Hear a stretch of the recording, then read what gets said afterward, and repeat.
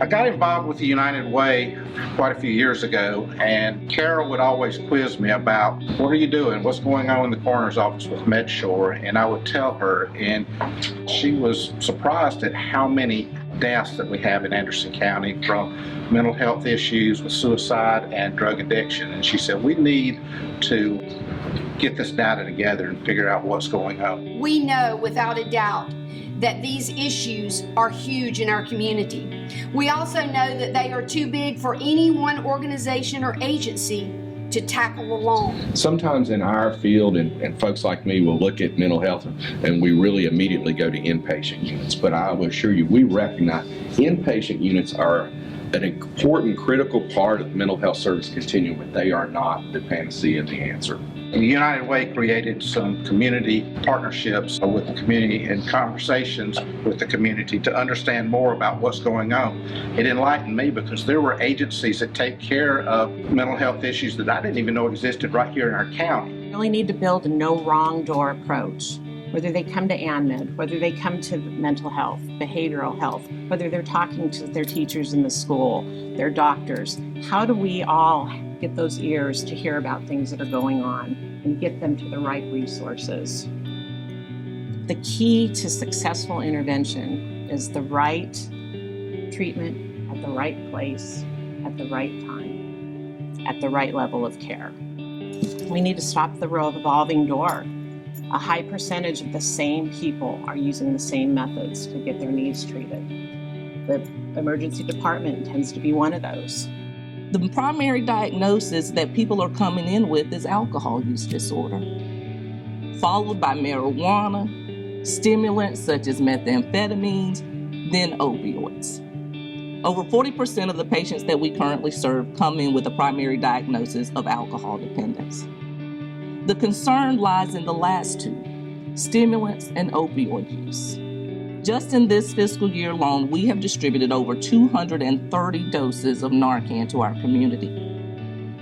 In addition to that, we've partnered with ANMED Health and the Family Medical Center to provide medical assistant treatment to those who are in need of opioid recovery and stimulant recovery. As we all know, the pandemic dramatically impacted people's mental health, different coping methods, grief, loss, isolation, all compounded to really bring out a national crisis. The issues that we have in Anderson County are not new, they're just growing, and we're seeing a lot more overdoses. I get the EMS report every morning, and there's always 1 to 3 overdoses that happen during the night.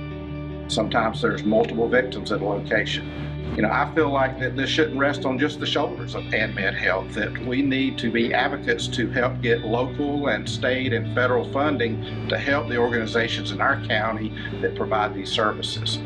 Due to our lack of awareness, education, and funding, we've made it worse to where we're at today. In order to change that, we have to change that dynamic. I talked a little bit already about our IOP, excited for this program, but really the benefits that it provides. It allows us, so when we need inpatient care, connecting back to the right care at the right time, we really want to be able to have that space from the inpatient perspective when that acute care is needed. So having this program allows us to have, yet again, a way to connect these patients for continued care once they're discharged. To allow behavioral health to come here, we're moving obstetrics back to the medical center. So a lot of moving parts with this. And last but not least, we're looking really for the impact to that emergency department utilization. Right care, right place, right time. We not only get you the services, we pay for the medical service, we pay for the medication, and we pay for the treatment services for those who are willing to seek that service. So what our main goal and what we are concerned about in Anderson County is how do we close the gap between treatment and death? Our success, very simply, is contingent upon our ability to build an integrated system and then have the will to invest in it, fund in it, and hold it accountable. And that is whether or not it's government or private.